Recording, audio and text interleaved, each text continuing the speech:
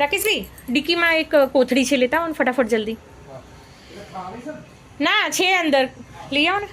હું તમને એટલે અમે પણ બધા અટવાયેલા છીએ, પણ તમને હું 500 રૂપિયા અત્યારે આપું છું. હા એટલે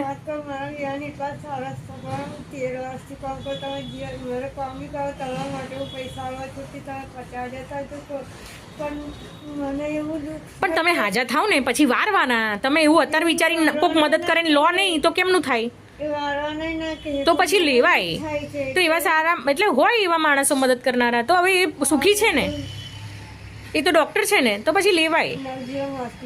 હા તો પછી લેવાય. એમાં તમે શું કરવા 2 વાર વિચારો છો? એકવાર સાજા થઈ જાઓ.